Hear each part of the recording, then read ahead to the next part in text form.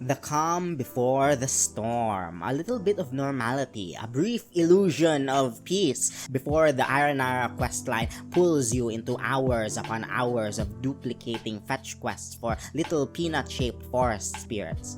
Viramaville, where it all starts, is a bit out of the way compared to Gandaraville, and its layout, despite being split by a river, doesn't quite match the charm of the hanging houses in the latter.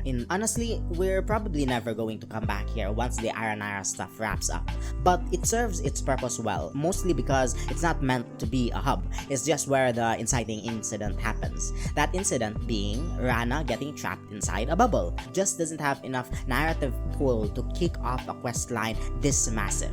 We haven't spent enough time with her to really form a connection strong enough to carry us through the hours of reading ahead. But you know what could have carried it?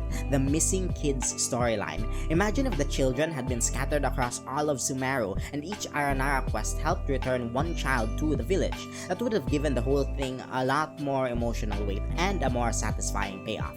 As it stands, the ending isn't bad. It just gets sidelined for other things. And the real kicker, we don't even find out who's been kidnapping the children until the epilogue. You know, after the story's already ended. How does one explore the map of Genshin? Is it by ping-ponging from one teleport station to the next, like in the early game, walking randomly until something interesting pops up and unlocking areas along the way, or just refusing to use waypoints like an absolute lunatic? Personally, I'm a giant nerd and try to follow the story as closely as I can to the intended route, opening waypoints only when they're convenient to the plot. So I was more than a little miffed on the way to Vanarana. I had to pass through Sumeru City and a bunch of other areas just because of how deep this village is on the map. Still, I think it was worth it. Vanarana, aka Mahavanapra, is genuinely pretty. It's not Sangunomiya shrine levels of damn, this place is nice. And the Aranara houses are a bit too spread out for the village to feel cohesive. The mayor's house also doesn't quite stand enough as a centerpiece, but it perfectly captures the vibe of a deep forest, a dream world built in the shadow of reality, inhabited by peanut-shaped forest fairies that only we can see. You're surrounded by towering, stocky water plants that make you feel as small as the Aranaras themselves. When you look up, you start to understand why animism is a real-world religion.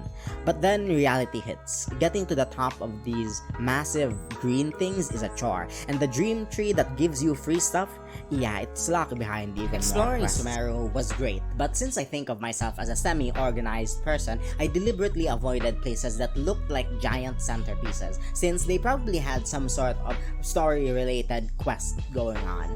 That's why I saved the giant ruin guard for last in the Aranara Questline. I genuinely thought the Archon quest would tie into it somehow. I mean, it's a giant ruin guard. There's nothing like it in any other nation. It feels like such a missed opportunity to have something this massive just to be part of a world quest. But what do I know?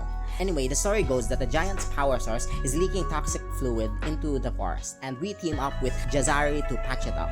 At first, we're skeptical of him since, you know, Enkanomiya taught us that Patui disguised as researchers is a thing, but turns out he's just a socially awkward blockhead nerd.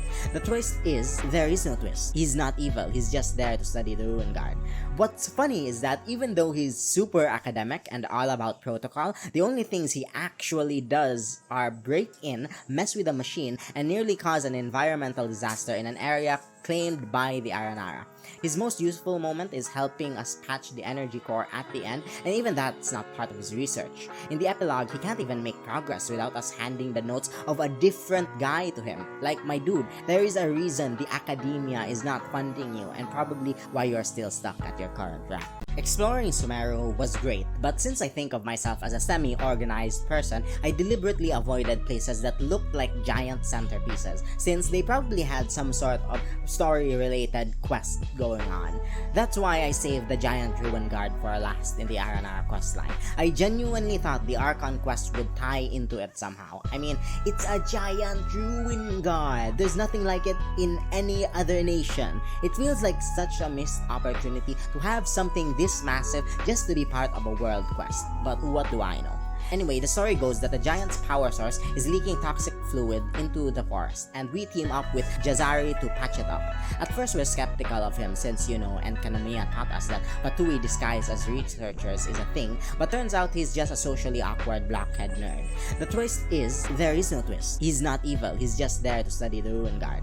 What's funny is that even though he's super academic and all about protocol, the only things he actually does are break in, mess with a machine, and nearly cause an environmental disaster in an area claimed by the Aranara.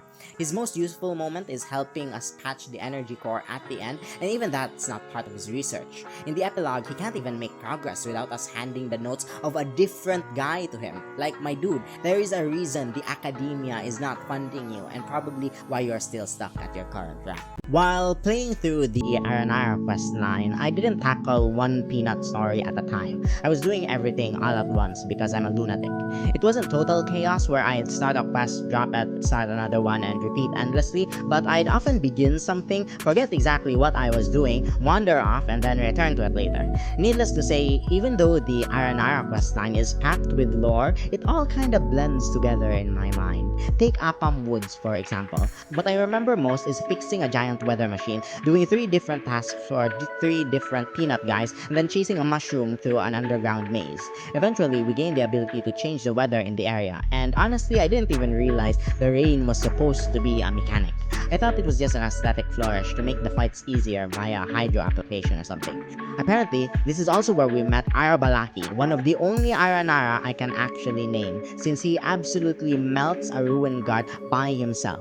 If the quest had been structured just a little bit more linearly like the Archon quests, maybe I could have followed the plot better. But as it stands, the loose progression really messed with my 15-second attention span. And I think that's a big reason why this world quest doesn't sit well with a lot of players. This is the best part of the Aranara questline, and I will not be convinced otherwise. Yes, the Matiyama stuff was more emotional, Apam Woods had better puzzles, and Devantaka Mountain has a giant robot, which automatically makes it pretty good, but the unwavering culinary dream has something all of them lack, a cheery tone, something that wouldn't look out of place in a kids show. Sure, being serious and fixing the farce was a great time, but having a story that matches both the way the dialogue is spoken and the characters are designed is just more fun. By the end, when the Utsava festival came, I 100% expected these guys would combine their talents to make something great, because even though they were studying how to cook, all they really have been doing are knowing what to do with disparate ingredients. But then it's revealed that they don't even understand what the concept of ingredients are, and then the big sister starts scolding them, and it's revealed that Aranara don't even eat, and it ends on a surprisingly somber note that they aren't even siblings but care enough for each other to basically be family. The Aranara quest is good. It's stuff like this that made me want to stay and play all of Genshin in the first place. Festival Utsava takes a pretty place and makes it truly beautiful. I already made an entire short about how Vanarana is one of the nicer looking places in Genshin, but now that there are actual people populating it, it's something different. This is what I mean when I say length equals quality. We get to see all the Aranara friends we've made along the way, be reminded of the quests we took, and play games with some of them. Most interesting though is that the game actually asks you to climb the green stalks that surround the village. It's a pain to actually get up there without a character that can fly, but once you do, the reward is amazing. An Aranara that can speak in clear sentences. Holy shit, you have no idea how deprived I've been of actual conversation. This guy understands the concept of time, and he explains what a biha is. It's a fruit that realizes dreams, and he explains the flowers they're giving us as symbols of friendship, and then he walks away and answer more of my questions. God damn it, who is Nara Varuna? This is it, the climax of the Aranara story, the product of more than 30 hours of game time. We descend into old Vanarana, empty houses surround us, evil lurks everywhere, and we read the memories of heroes past. Then we beat back Marana one last time, literally smashing its avatar into the ground with the help of Arana, and plant a new tree from which a biha fruit blossoms. We'll use it to help our friend wake up from a never-ending dream. It's fucking awesome, I even took a picture. But we don't actually beat Marana one last time. It's kinda weird. We destroy the Avatar, the literal manifestation of death, yet it still appears throughout Sumeru, still affects those with Eleazar, and will definitely be part of the main Archon quest in one way or another. I suppose it could be seen as a poetic way to portray that death is constant rather than the game design simply holding back the world from changing too much. But come on! The fight had pump! It was bombastic, heavy, emotional. I wanted it to affect the map more than just complete the objective and wake up Rana. At least this place looks better now. And hey, we get to see more of the straight-talking Aranara. She's my favorite. Is Rana a good character? I mean, she's not even a playable, unit. She's an NPC. She's literally the linchpin for the entire questline in Genshin, where every time there's a chance to restate the traveler's motivation, there's a non-zero chance you get to say, I'm doing this for Rana. Which is kinda weak since we really only had 2-3 quests with her before she gets locked in a bubble.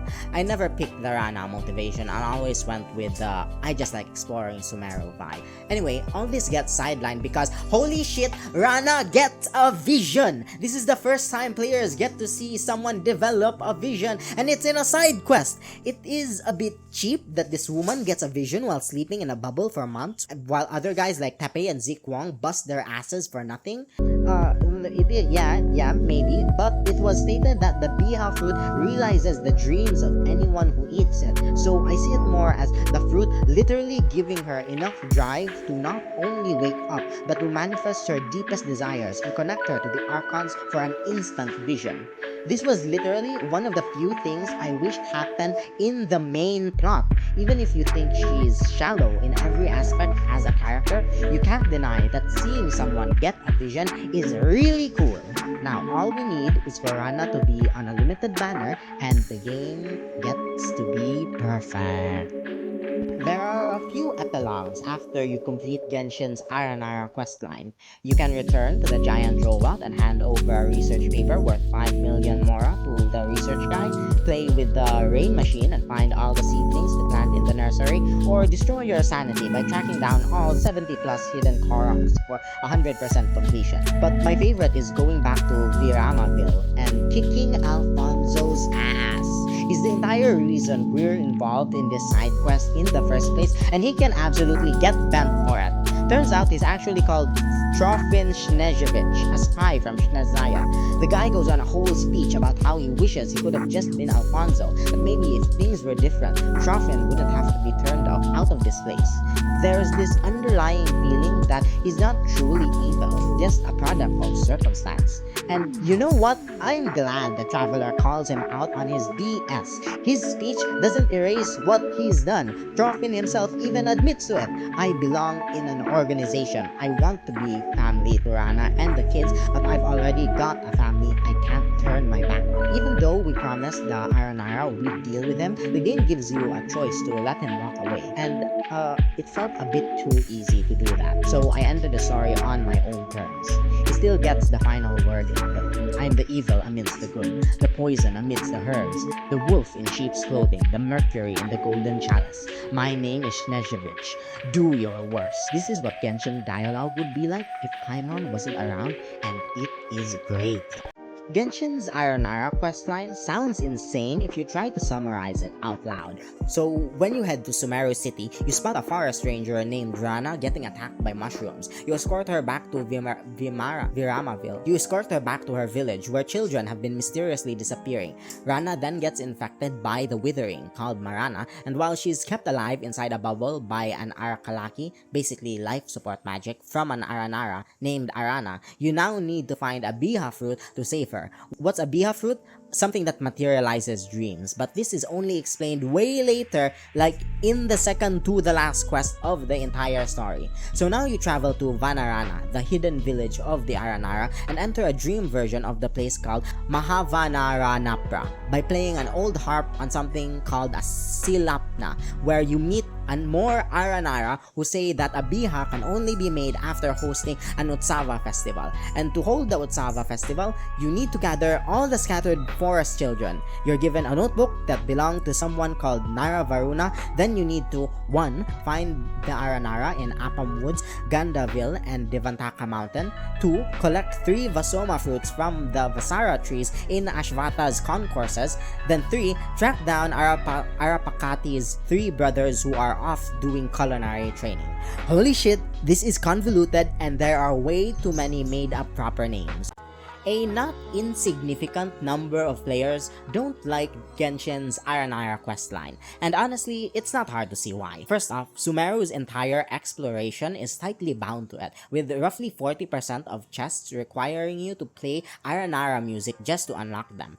Then there's the much bigger issue. There is no voice acting. On paper, that shouldn't be a huge complaint. After all, there are 3 entire regions before Sumeru with unvoiced world quests, and no one made a fuss about them.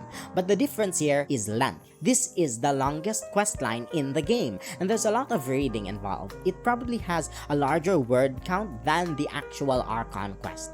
Combine that with the fact that most Aranara, except for maybe like 3, talk like Master Yoda, using weird sentence structures and spouting made-up fantasy words that all sound vaguely the same, and suddenly it's a slog to get through. It's not just confusing, it is exhausting, even for players actively trying to follow the lore. And to make things worse, all these identical sounding fantasy terms, Mahavanarapna, Silapna, Biha, Marana, Ashvata, Arakalaki, aren't even explained properly when they're introduced. Like, we've been on this whole journey to get a Biha fruit, and we only find out what a Biha fruit is during the second to the last part of the quest line. So yeah, when people say they don't like the quest in Sumeru about the peanut fairies trying to make a Biha, don't judge them. They absolutely have a point. What's up with the Aranara music in Sumeru? It's kind of in your face about it, forcing you to play a minigame over and over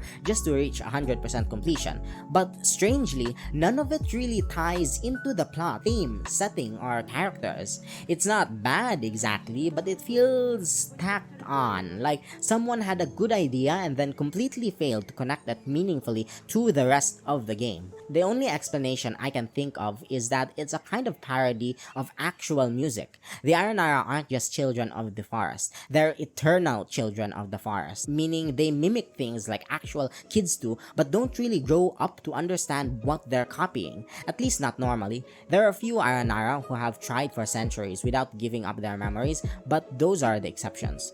Most of them forget their own stories when they gift memory flowers to friends, and because of this cycle of forgetting and emotional resets, they never really develop practical or complex skills like humans would. That's just me speculating, really. My headcanon to explain what I think is the weakest aspect of Sumeru's world building. The music mechanic could have been amazing if it had a bit more heart or narrative purpose. As it stands, it's mostly just there. Let's take a moment to pause talking about Genshin's plot and appreciate that Sumeru's common mobs are easily the best the game has to offer, at least up until this point. I haven't played through Natlan or Fontaine, but man, these guys are a step above in anything in Liyue, Mondstadt, and Inazuma. The key reason? They're actually tied to the region's unique story. They're specific, they're unique, and there's an unexpected complexity behind them. Sure, the usual suspects, the Abyss Order, Ruin Machines, Fatui Goons, and Hilichurls are technically part of the plot too, but they're everywhere, and most of the time, they're just generic terrorists or cannon fodder. Sumeru flips that on its head.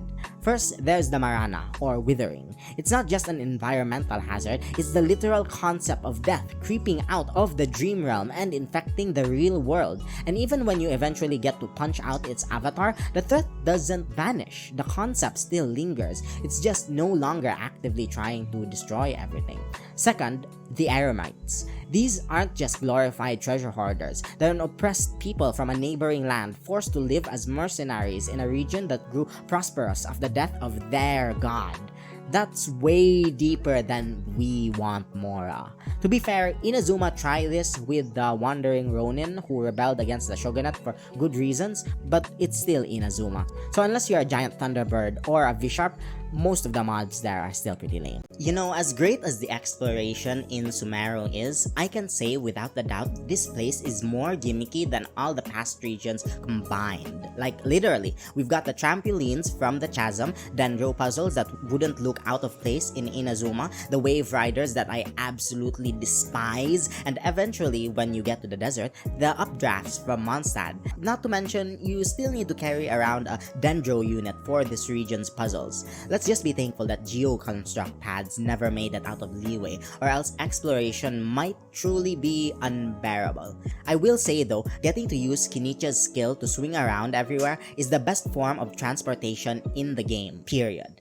There is a caveat I haven't mentioned yet though, and it's that to fully explore the region, you need to have done most of, if not all of, the Aranara's questline to obtain the music pieces and keys, and there is a lot of that stuff that needs music. On one hand, it's cool that the design is sort of like a Metroidvania where you come back to places after you've gotten the right ability, but on the other hand, it's the longest quest in the entire game with a buttload of reading. Now that's the true gimmick of the region. Genshin's dialogue is bad, which is not a secret, but my theory is that it's bad on purpose, at least to some extent.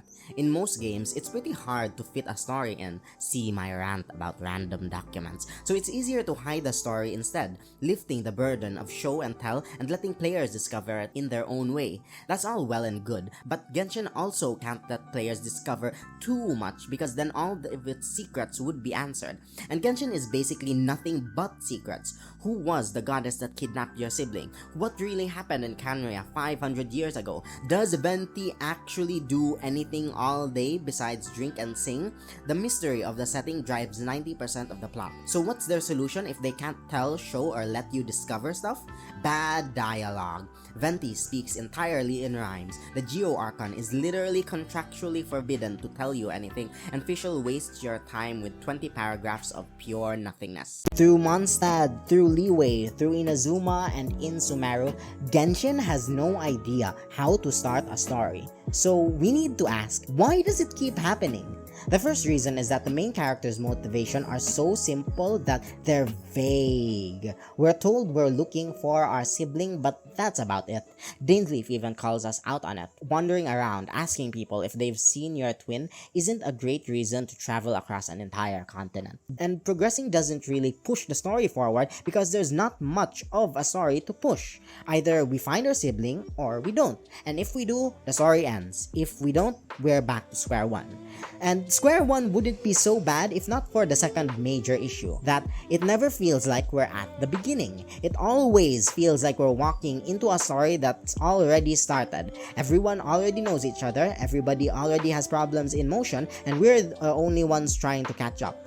That's why a lot of the world quests, which technically start the same way, don't feel as frustrating because they start with us. We're there when something goes wrong, not showing up halfway through a crisis. We're not arriving after the dragon's been attacking for days, or after the Sakoko decree has turned into a dictatorship, or after the withering has rotted the forest for generations. Now that I think about it, Liwi probably has the best intro in the game, and it's not even close. I am sick of random documents being used as a crutch to tell stories in games, especially since it's everywhere. I play Scourgebringer, and apparently cameras didn't exist in the apocalypse. I play Genshin Impact, where treasure hoarders always seem to have one dude who's really into journaling. Then I hop into Adventure Quest Worlds, and there's a 50-50 chance the local royalty's diary has been scattered to the winds. It's absurd how often this trope comes up. It's just so easy to fit into the game because you don't need to build a world around it. Most of the time, these documents are the one thing telling you about the world in a giant paragraph. They don't even have to fit neatly into a larger plot or theme because the players are the one who'll piece it together anyway on the wiki. And it doesn't even need to have a paste attached because why bother? You can call it time or budget constraints or say that the story isn't the focus of the game, but I call it lazy, plain and simple. I play Genshin in two very specific ways. First, I'm completely free to play. Hayo isn't getting a dime from me anytime soon. And second, I play for the story and the immersion, like a fish that's really into anime. I've even gone out of my way to play the game in chronological order, not visiting new regions unless the story takes me there, though I did accidentally step into Fontaine once during multiplayer. But that's not the point about this short. This is about Bennett completing his character arc by going to Natlan and finally confirming that 5-year-old theory that he's from there. And my god, he even has a free costume. I broke my second rule for this, and yeah, it was confusing, a bit conflicting, and I'm now thoroughly spoiled on Natlan's plot. But I don't regret it. A story that can be ruined by a simple spoiler isn't a good story to begin with. Exploring the new island was still a blast, even if the vibe was completely different from past areas. And I got my Bennett skin, baby. That said, if I can help it, I'm not stepping into Natlan again until the story gets me there.